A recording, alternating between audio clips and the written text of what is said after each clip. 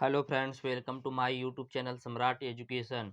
दोस्तों, आज की इस वीडियो में आप लोगों को crop production technology first kharif crop का 5 से 6 मोस्ट इम्पॉर्टेंट लॉन्ग क्वेश्चन बताऊंगा, जो कि बहुत ही इम्पॉर्टेंट है और लगातार एग्जाम पूछा गया सब क्वेश्चन है। तो यदि आप लोगों को इसका पीडीएफ चाहिए तो डिस्क्रिप्शन में व्हाट्सएप ग्रुप का लिंक और व्हाट्सएप नंबर दिया गया है, मैसेज करके आप लोग इसका पीडीएफ ले सकते हैं। तो दोस्तों, पहला क्वेश्चन है बीज उपचार। इससे पहले भी मैंने बहुत सा क्वेश्चन करा दिया है, अगर आपने नहीं देखा तो मैं उसका लिंक दे दूंगा डिस्क्रिप्शन में, आप लोग जाके देख लीजिएगा। तो पहला क्वेश्चन है बीज उपचार।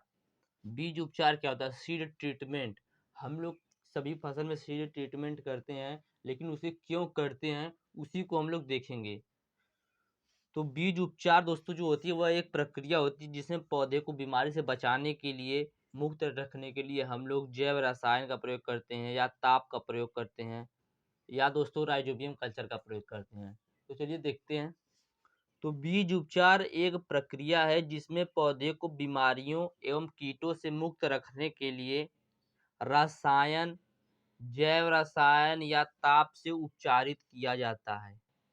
पोषक तत्व स्थिरीकरण हेतु जीवाणु कल्चर या राइजोबियम कल्चर से भी उपचार किया जाता है। तो दोस्तों, सीड ट्रीटमेंट था। सीड ट्रीटमेंट हम लोग क्यों करते हैं, बीज उपचार क्यों करते हैं?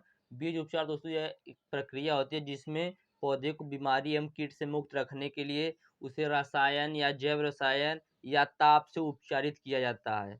पोषक तत्व के स्थिरीकरण के लिए दोस्तों हम लोग जीवाणु कल्चर का भी प्रयोग करते हैं या जीवाणु कल्चर से भी उपचारित करते हैं। तो पहला क्वेश्चन आप लोग समझ गए होंगे। दूसरा क्वेश्चन है गोल्डन राइस। गोल्डन राइस क्या होता है दोस्तों? बहुत ही इंपॉर्टेंट है। गोल्डन राइस बार बार एग्जाम पूछता है। दोस्तों, जो गोल्डन राइस होता है यह एक ट्रांसजेनिक प्रजाति होती है जिसमें प्रोविटामिन अल्फा तथा बीटा कैरोटीन की मात्रा अधिक होती है, जो दोस्तों शिशुओं में एक रोग फैलता था उसके लिए काफी वरदान सिद्ध हुई। तो दोस्तों, इसका रंग जो दोस्तों बीटा कैरोटीन होता है इसका रंग हल्का पीला होता है, इसी कारण इसको गोल्डन राइस भी कहा जाता है। तो चलिए इसके बारे में अब देखते हैं। तो स्विस फेडरल तकनीकी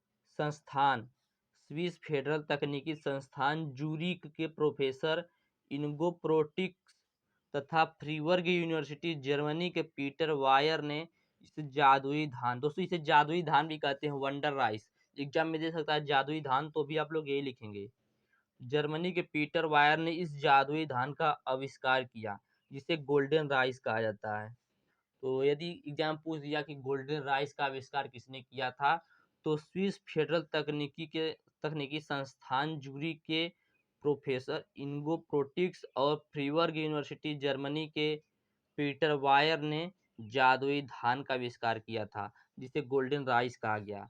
वास्तव में यह एक ट्रांसजेनिक प्रजाति है जिसमें प्रोविटामिन अल्फा तथा बीटा कैरोटीन की मात्रा अधिक होती है, जो शिशुओं में बहुप्रचलित बीमारी जीरोपथैल्मिया, दूसरी बीमारी है जीरोपथैल्मिया, जिसके कारण बच्चों में पूर्ण अथवा आंशिक अंधापन हो जाता था, उसके निवारण के लिए वरदान सिद्ध हो रही है। चूंकि बीटा कैरोटीन का प्राकृतिक रंग पीला होता है, इसलिए इस प्रजाति का चावल अन्य प्रजातियों की अपेक्षा पीला दिखता है। यही कारण इन प्रजातियों को गोल्डन राइस कहा जाता है। दोस्तों, गोल्डन राइस फिर से आप लोग बता दूं गोल्डन राइस क्या होता है। गोल्डन राइस वास्तव में दोस्तों एक ट्रांसजेनिक प्रजाति होती है जिसमें प्रोविटामिन अल्फा तथा बीटा कैरोटीन की मात्रा बहुत अधिक होती है। एक शिशुओं में दोस्तों बीमारी बहुत प्रचलित थी, जीरोपैथेल्मिया। इसमें दोस्तों क्या होता था, इसमें जो शिशु होते थे, छोटे बच्चे होते थे, उनमें दोस्तों अंधापन या आंशिक या पूर्ण अंधापन हो जाता था, जिसके निवारण के लिए दोस्तों ये जो गोल्डन राइस है यह वरदान सिद्ध हुई। इसमें क्योंकि बीटा कैरोटीन का प्राकृतिक रंग पीला होता है, इसलिए इस प्रजाति का चावल अन्य प्रजातियों के चावल हल्का पीला दिखता है। इसी कारण दोस्तों इसे गोल्डन राइस भी कहा जाता है। तो उम्मीद करते हैं आप लोग गोल्डन राइस भी समझ गए होंगे। दोस्तों, सब लॉन्ग क्वेश्चन ही है। अगला क्वेश्चन है डैपोग विधि का संक्षिप्त वर्णन कीजिए। दोस्तों, डैपोग जो विधि होती है धान की नर्सरी तैयार करने की एक विधि होती है। ठीक है दोस्तों, तो चलिए देखते हैं। धान की पौध उगाने की एक विधि है जो फिलीपींस में प्रचलित है। एक नंबर में पूछता है कि दोस्तों धान की डैपोग विधि भारत में कहाँ से आई या किस देश से इसकी उत्पत्ति हुई, तो फिलीपींस से। धान की पौध उगाने की एक विधि है जो फिलीपींस में प्रचलित है। इस विधि में पौध को बिना मृदा के उगाते हैं। बीज को 10 से 12 घंटे तक पानी में भिगोकर बाद में निकाल कर इन्हें नम रखकर अंकुरित किया जाता है। अंकुरित बीज को 0.5 सेंटीमीटर दोस्तों मोटाई पर पक्के पर फैला दिया जाता है सीमेंट की फर्श पर। उसके ऊपर से दोस्तों पॉलीथीन की चद्दर या पुआल पत्ती से 5 सेंटीमीटर ढक दिया जाता है और लगातार इसको इसमें भी नम बनाए रखते हैं। पौध को तैयार करने में कोई खाद और उर्वरक की आवश्यकता नहीं पड़ती है। पौध जो होता है 10 से 15 दिन में तैयार हो जाता है, मतलब दोस्तों बढ़कर तैयार हो जाता है। तो डैपोक विधि क्या है दोस्तों? धान की पौध तैयार करने की यह एक विधि है जो फिलीपींस से इसकी उत्पत्ति हुई है। इसमें बिना मृदा के धान के पौध को उगाते हैं। इसमें कोई भी खाद और उर्वरक की आवश्यकता नहीं पड़ती है। दोस्तों यही थी धान की डेपोक विधि। आप लोग यदि धान की डेपोक विधि तो आप लोग क्या लिखेंगे? धान की पौध उगाने की यह एक विधि है जो फिलीपींस से प्रचलित है। इस विधि में पौध को बिना मृदा के उगाते हैं, जिसके लिए बीज को 10 से 12 घंटे तक पानी में भिगोकर बाद में उसे निकाल कर नम रखकर अंकुरित किया जाता है। अंकुरित बीज को 0.5 सेंटीमीटर मोटी तह सीमेंट के फर्श पर फैलाकर ऊपर से पॉलीथीन की चद्दर या पुआल पत्तियों से 5 सेंटीमीटर ढक दिया जाता है। लगातार इसको भी नम बनाए रखते हैं। पौध को तैयार करने में कोई भी खाद और उर्वरक की आवश्यकता नहीं पड़ती है। पौध जो होता है वह 10 से 15 दिन में तैयार हो जाता है। अब देखेंगे हम लोग क्लासिफिकेशन ऑफ मेज, मक्के का वर्गीकरण। ये फोटो दोस्तों मैंने बुक से लिया है। तो मक्के का आप सब कुछ देख लेते हैं, जो हमें देखना है क्लासिफिकेशन। तो यहीं पे मक्के का वानस्पतिक नाम है दोस्तों जिया मेज। इसकी फैमिली है ग्रेमिनी पोएसी दोस्तों। गुणसूत्र नंबर पाए थे 2n बराबर 20 गुणसूत्र इसमें होते हैं। तो ये दोस्तों कुल मिला के 7 भागों में बांटा गया है। मक्का की कृषित उप प्रजातियों को दाने के आकार के आधार पर 7 वर्गों में विभक्त किया गया है। मक्का के बारे में दोस्तों मैंने जो वीडियो पीछे बनाया है उसमें मैंने सभी मक्के को दिखाया है। Flint corn, corn dent corn, popcorn सभी को मैंने दिखाया है। तो 7 प्रकार के मक्का होते हैं दोस्तों दानों के आधार पर। तो पहला है फ्लिंट कार्न, जिसका दोस्तों वैज्ञानिक नाम है जिया मेज इंडुराटा। इसके दाने प्रायः गोल व चपटे होते हैं।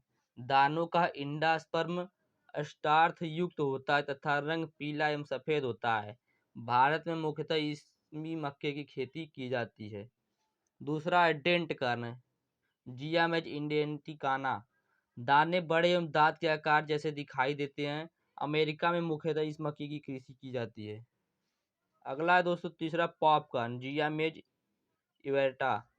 इसमें क्या होता है दोस्तों? इसमें दानों का आकार छोटा होता है तथा दानों का इंडोस्पर्म काफी सख्त तथा प्रोटीन युक्त होता है।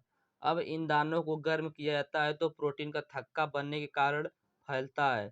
चूंकि इंडोस्पर्म कठोर होता है तो अंदर ही फूटने के कारण दाने का ऊपरी कवच अंदर चला जाता है। तो यह दोस्तों था पॉपकॉर्न। कुल मिलाकर दोस्तों मक्के को दाने के आधार पर 7 भागों में बांटा गया है, जैसा कि 3 हम लोगों ने देख लिया। अगला स्वीट कार्न। ये दोस्तों क्या होता है? इन मक्के की प्रजातियों में शुगर का प्रतिशत अधिक होने के कारण दानों में नमी ज्यादा होती तथा स्वाद में मीठे होते हैं। सूखने पर दाने झुर्रीदार दिखाई देते हैं। इसके बाद अगला है पांचवा सॉफ्ट कार्न इंडोस्पर्म मुलायम तथा स्टार्च युक्त होता है। इस मक्के का प्रयोग स्टार्च उद्योग में स्टार्च बनाने के लिए किया जाता है। अगला है दोस्तों पाड कार्न। इनमें प्रत्येक दाना एक झिल्ली में घिरा होता है। यह एक प्रारंभिक प्रकार की मक्का है जिसका बहुत सीमित उपयोग होता है। और दोस्तों लास्ट है सातवां वैक्सी कार्न। इस मक्के के दाने को काटने पर मोम सा दिखाई पड़ता है। दोस्तों ये थे कुल 7 प्रकार के मक्के, जो कि दोस्तों इन्हें दानों के आधार पर बांटा गया है। अब दोस्तों देखते हैं अगला क्वेश्चन। अगला क्वेश्चन है मक्के में नरमंजरी तोड़ने की आवश्यकता बताइए। दोस्तों मक्के में नरमंजरी जो होती है उसे तोड़ने की आवश्यकता क्यों पड़ती है, उसी को बताना है। दोस्तों जैसे ही मक्के के पौधे में नरमंजरी निकलना प्रारंभ हो जाए, उसे दोस्तों जो नरमंजरी निकल रही उसे आधार से ही तोड़कर अलग कर देना चाहिए।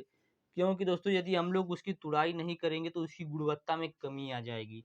इसलिए दोस्तों मक्के में नरमंजरी तोड़ने की आवश्यकता होती है। और दोस्तों 15 दिन के अंदर 2 से 3 तुड़ाई की जाती है नरमंजरी की। तो यह होगी दोस्तों मक्के में नरमंजरी तोड़ने की आवश्यकता।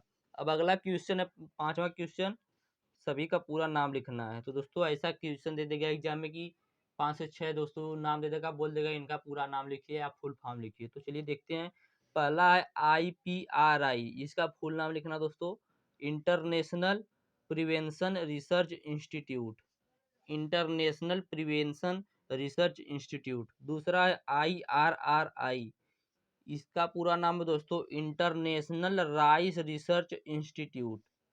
अगला दोस्तों IGFRI, इसका पूरा नाम है Indian grassland and fodder research institute, Indian grassland and fodder research institute. अगला क्वेश्चन अगला है दोस्तों इसी में इक्विसेट या ICRISAT, इसका पूरा नाम है international crops research institute for the semi arid tropics. ICRISAT का पूरा नाम है international crops research institute for the semi arid tropics. और पांचवा है इसी में CSAUAT, इसका पूरा नाम है Chandrashekhar Azad university of agriculture and technology, Chandrashekhar Azad university of agriculture and technology. तो यह हो गया दोस्तों आपका सभी फुल फॉर्म। अगला क्वेश्चन है संकर मक्का एवं संकुल मक्का में अंतर लिखिए। तो संकर मक्का और संकुल मक्का में अंतर हम लोग देख लेते हैं। देखते हैं सबसे पहले संकर मक्का में, तो संकर मक्का का बीज प्रत्येक वर्ष बदलना पड़ता है, लेकिन जो संकुल मक्का होता है इसके बीज को 3 से 4 वर्ष तक बिना सार्थक क्षति के उगाया जा सकता है। मतलब दोस्तों 3 से 4 वर्ष तक यदि हम इसकी बुआई करेंगे तो भी इसके उपज में कोई कमी नहीं आएगी। अगला क्वेश्चन है संकर प्रजातियों के पौधे छोटे तथा मजबूत होते हैं, जिसके कारण प्रबंध उत्तम दशाओं में भी फसल गिरने की संभावना न के बराबर होती है। मतलब उसको बता रहा है कि जो संकर प्रजाति के पौधे होते हैं ये छोटे होते हैं, जिससे दोस्तों इतनी गिरने की संभावना होती है वह बहुत ही कम होती है। और जो संकुल मक्का होते हैं जो इनकी अपेक्षाकृत लंबे होते हैं, जिसके कारण इन्हें गिरने की संभावना अधिक होती है। अगला क्वेश्चन है तीसरा पॉइंट, स्थानीय परिस्थितियों के प्रति अनुकूलता कम होती है। दोस्तों जो संकर मक्का होता है इसका स्थानीय परिस्थिति के प्रति अनुकूलता कम होती है, लेकिन जो संकुल प्रजाति का मक्का होता है वह स्थानीय प्रजातियों के साधन से तैयार की गई होती है, इसलिए स्थानीय परिस्थितियों के प्रति अनुकूल होती है। अगला पॉइंट है खरपतवारों का प्रकोप कम होता है। दोस्तों जो हाइब्रिड होता है जो संकर मक्का होता है इसमें खरपतवारों का प्रकोप कम होता है, और जो दोस्तों संकुल मक्का होता है इसमें खरपतवारों का जो संकर मक्का होता है उसमें खरपतवारों का प्रकोप ज़्यादा होता है, और जो संकुल मक्का होता है उनमें खरपतवारों का प्रकोप बहुत कम होता है। तो यह हो गया संकर मक्का और संकुल मक्का में अंतर। अगला क्वेश्चन है लघु धान्य फसल। लघु धान्य फसल क्या होता है दोस्तों, ये एग्जाम में पूछा गया क्वेश्चन, अभी आपके काशी विद्यापीठ का एग्जाम जो हुआ था 10 तारीख को उसमें पूछा था। तो लघु धान्य फसल क्या होता है, लघु धान्य फसल खेती लघु धान्य फसल की खेती खरीफ के मौसम में की जाती है। सावा, काकुन एवं रागी को मक्का के साथ मिश्रित फसल के रूप में लगाते हैं। ये फसल गरीब एवं आदिवासी क्षेत्रों में उस समय उगाते हैं जिस समय उनके पास किसी प्रकार का अनाज खाने को उपलब्ध नहीं हो पाता है। ये फसलें अगस्त के अंतिम सप्ताह या सितंबर के प्रारंभ में पककर तैयार हो जाती हैं, जबकि अन्य खाद्यान्न फसलें इस समय पर नहीं पक पाती और बाजार में खाद्यान्नों का मूल्य बढ़ जाने से गरीब उन्हें नहीं खरीद पाते दोस्तों, इसीलिए वह लघु धान्य फसलों की खेती करते हैं। तो लघु धान्य फसल क्या होती है, लघु धान्य फसल लघु धान्य फसल खेती खरीफ के मौसम में की जाती है। सावा, काकुन एवं रागी को मक्का के साथ मिश्रित रूप में लगाते हैं। ये फसल गरीब एवं आदिवासी क्षेत्र में उस समय लगाई जाने वाली खाद्यान्न फसल है जिस समय उनके पास किसी भी प्रकार का अनाज खाने को उपलब्ध नहीं हो पाता है। ये फसलें अगस्त के अंतिम सप्ताह या सितंबर के प्रारंभ में पककर तैयार हो जाती हैं, जबकि अन्य जो खाद्यान्न फसलें होती हैं इस समय तैयार नहीं हो पाती या इस समय नहीं पक पाती हैं, और बाजार में खाद्यान्नों का मूल्य बढ़ जाने से गरीब उन्हें खरीद नहीं पाते दोस्तों, इसीलिए वह लघु धान्य फसलों की खेती करते हैं या लघु धान्य फसल उगाते हैं। इसके बाद मोटे धान्यों का महत्व, जो मोटे धान्य होते हैं, मोटे अनाज होते हैं, उनका क्या महत्व होता है, बहुत इंपॉर्टेंट है दोस्तों।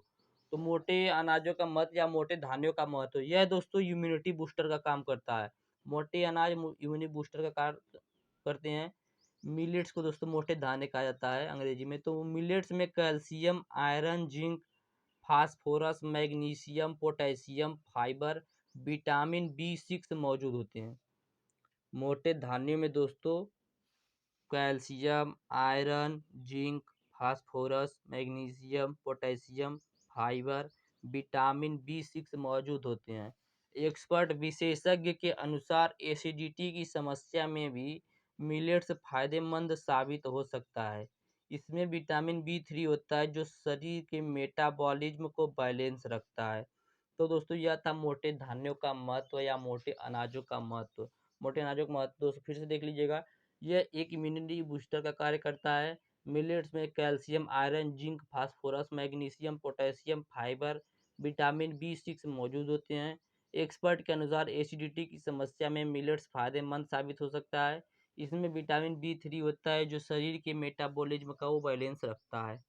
तो दोस्तों उम्मीद करते हैं हमने ये बताया आप लोगों को समझ में आया होगा। तो यह कुल मिला के मैंने अभी तक कल से 12 क्वेश्चन बता दिया है। तो इसके पहले मैंने बहुत सारा क्वेश्चन कराया, उसका भी लिंक मैं डिस्क्रिप्शन में दे दूंगा। और यदि आप लोगों को आज का ये वीडियो अच्छा लगा तो वीडियो को लाइक कर दीजिएगा, चैनल को सब्सक्राइब भी जरूर कर दीजिएगा और इसको अपने दोस्तों के पास शेयर कीजिएगा ताकि उनकी भी तैयारी अच्छी तरीके से हो सके। धन्यवाद। जय हिंद।